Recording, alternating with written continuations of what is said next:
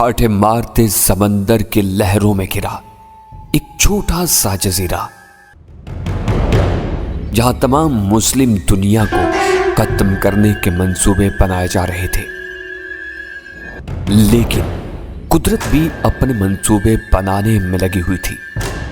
اسے کسی اور جگہ تلاش تھی، اپنے ماں باپ، اپنی شناخت، اپنے مذہب کی۔ اس نے آنکھ کھولی تو وہ بھیڑیوں کے غول میں پھنسا ہوا تھا جو اسے کچا چبا جانا چاہتے تھے۔ لیکن قدرت اسے ایک اہم مقصد کے لیے چن چکی تھی، محبت، نفرت، سنسنی سے بھرپور لہو رنگ داستان محافظ۔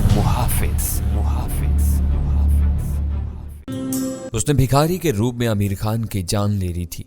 اس سے قاتلوں کی چالاکی کا اندازہ ہوتا تھا۔ اس بار انہوں نے مانگنے والے کے بھیس میں اپنا آدمی بھیجا۔ مانگنے والے ہر جگہ پائے جاتے ہیں اور کوئی ان کی طرف توجہ نہیں دیتا۔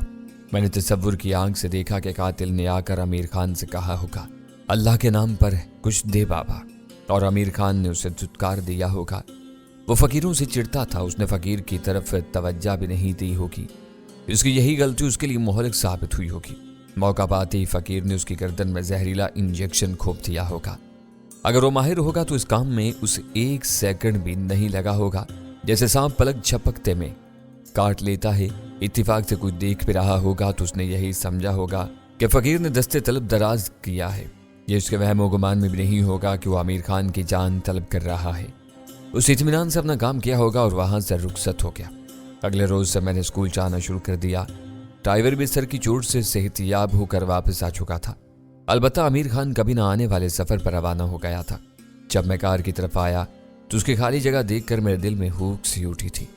میں کار میں بیٹھا ہی تھا کہ دوسری طرف کار کا دروازہ کھلا اور ایک گورا چٹا اور کسی قدر دبلا سا نوجوان کار میں آ گیا۔ اس کا رنگ بہت صاف تھا، بال ہلکے براؤن اور آنکھیں سبزی مائل تھی۔ اس کی شیپ 2 دن کی بڑی ہوئی تھی اور اس کی انگلیاں غیر معمولی طور پر لمبی تھیں، جیسے مصوروں کی ہوتی ہیں۔ کون ہو تم؟ میں چوکنا ہو گیا۔ تعارف راستے میں ہو جائے گا، اس نے مسکرا کر کہا، پھر بولا ڈرائیور چلو۔ ڈرائیور نے اس کی حکم کی تعمیل میں کار چلا دی، یعنی وہ اسے جانتا تھا۔ اس کے باوجود میں محتاط رہا۔ کار جمشید پیلس سے نکلی تو اس نے ہلکے سے ہنس کر کہا، ڈرو مت برخودار، میں تمہارا نیا محافظ ہوں، حسن علی۔ میرا تعلق ایران سے ہے۔ میری اور تمہاری عمروں میں خاصا فرق ہے، مگر تم چاہو تو مجھے میرے نام سے پکار سکتے ہو۔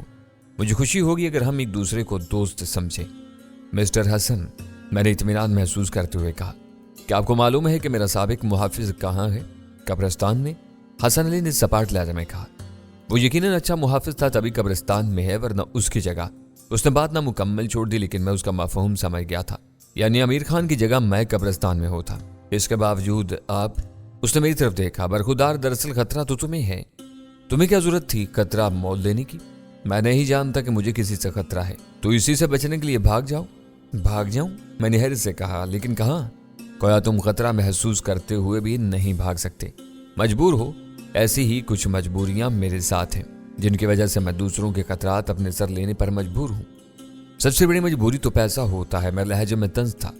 پیسہ بھی ہے، لیکن بعض مجبوریاں اس سے بھی بڑی ہوتی ہیں۔ خیر، ابھی تم نہیں سمجھو گے، وقت تمہیں خود سمجھا دے گا۔ فی الوقت تو یہ بتاؤ کہ تمہارے معاملات کیا ہیں۔ چھوٹی سی بات بھی نظر انداز مت کرو، بلکہ بہتر ہوگا مجھے اپنے بارے میں سب بتا دو۔ کیا پاپا نے آپ کو کچھ نہیں بتایا؟ کون پاپا؟ جمشید علی، میں انہیں پاپا کہتا ہوں۔ نہیں، انہوں نے صرف اتنا کہا ہے کہ مجھے ایک لڑکے کی حفاظت کرنی ہے اور ہر قیمت پر، اور وہ لڑکا میں ہوں۔ نہ جانے کیوں میرے اندر تلخی اترنے لگی تھی۔ جمشید علی نے اس کے سامنے مجھے صرف ایک لڑکا کہا، جیسے کوئی اپنی قیمتی ملکیت کا ذکر کرتا ہے، کوئی نایاب ہیرا جس کی حفاظت کے لیے انہوں نے ایک تربیت یافتہ محافظ رکھا تھا جو شاید بہت زیادہ مہنگا تھا۔ میں نے پوچھ لیا، آپ کو کیا معاوضہ دیا جا رہا ہے میرے لیے آنے والے پیغام اجل کو قبول کرنے کا؟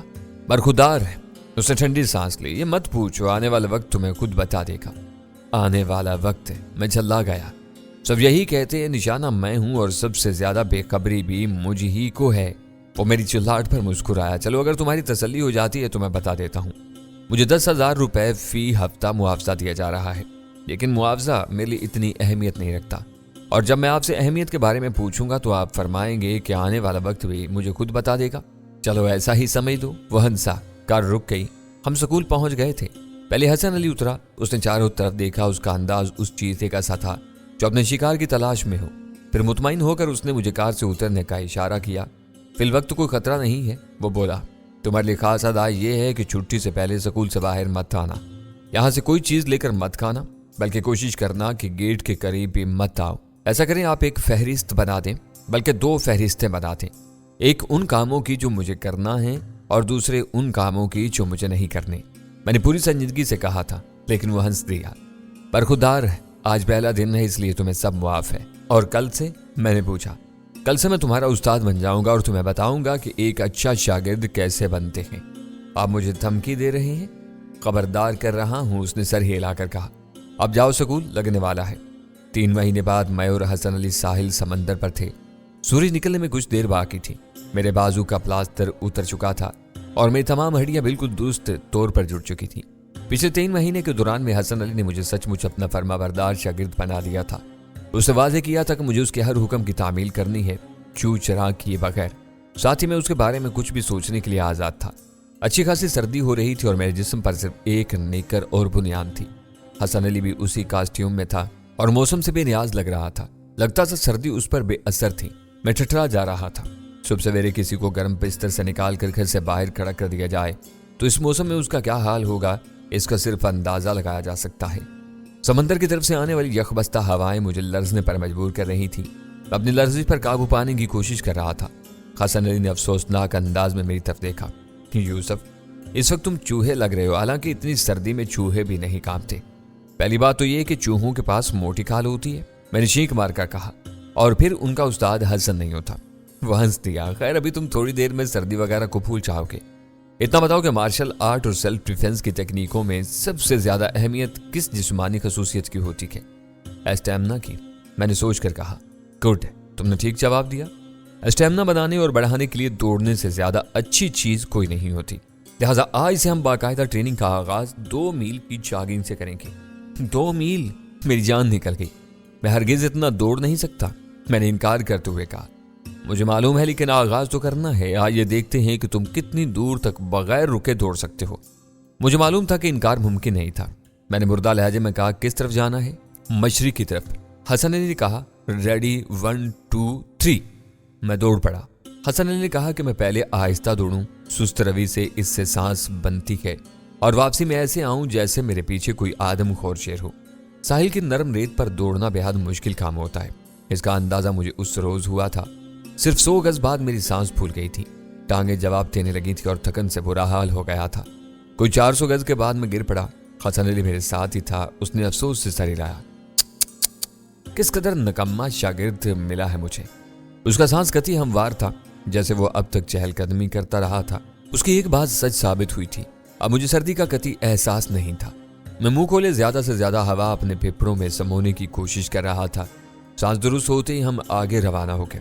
اس سفر کے دوران میں مجموعی طور پر 5 بار گرا تھا میں، اور جب ہم واپس آئے تو میری حالت خراب تھی، اور یہ سوچ کر مزید خراب ہو رہی تھی کہ اگلے روز اور پھر اس اگلے روز مجھے ساحل پر دوڑ لگانی پڑے گی، پورے 2 میل تک۔ میں اس دوڑ ہی کو مصیبت سمجھ رہا تھا اور مجھے معلوم ہی نہیں تھا کہ ابھی مشق کے امتحان اور بھی تھے۔ 6 ماہ تک جاگنگ اور ورزش سے میرا اسٹیمنا بہت بہتر ہو چکا تھا۔ اب میں زیادہ تھکے اور رکے بغیر 2 میل کی دوڑ مکمل کر سکتا تھا۔ ایک روز اچانک حسن علی نے مجھے جمشید پیلس کے جمنازیم میں طلب کر لیا۔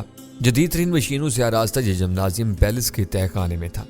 میں یہاں حسن علی کی زیر نگرانی مختلف اقسام کی ورزشیں کیا کرتا تھا۔ میں نے یہ دیکھ کر اطمینان کا سانس لیا کہ وہ معمول کے لباس میں تھا۔ کیا کر رہے تھے؟ اس نے پوچھا۔ آرام، میں نے کہا۔ صبح کی ایکسرسائز کے بعد تم مجھ میں ہل کر پانی پینے کی سکت بھی نہیں ہوتی۔ گڈ، گویا میں نے تمہیں ٹھیک وقت پر طلب کیا۔ وہ خوش ہوا تو میرا دل ڈوبنے لگا۔ مجھ پر کوئی نئی مصیبت نازل ہونے والی تھی۔ گزشتہ 9 مہینے کے دوران اس کے ساتھ رہ کر میں اس کی عادات اچھی طرح پہچاننے لگا تھا۔ میرا اندازہ درست نکلا۔ اس نے پوچھا، فرض کرو کہ کوئی اچانک تم پر حملہ کرے تو تم کیا کرو گے؟ کس نوعیت کا حملہ؟ میں نے دریافت کیا۔ ایک شخص جو لڑائی بڑھائی کے عام طریقوں سے تم پر حملہ کرے تو؟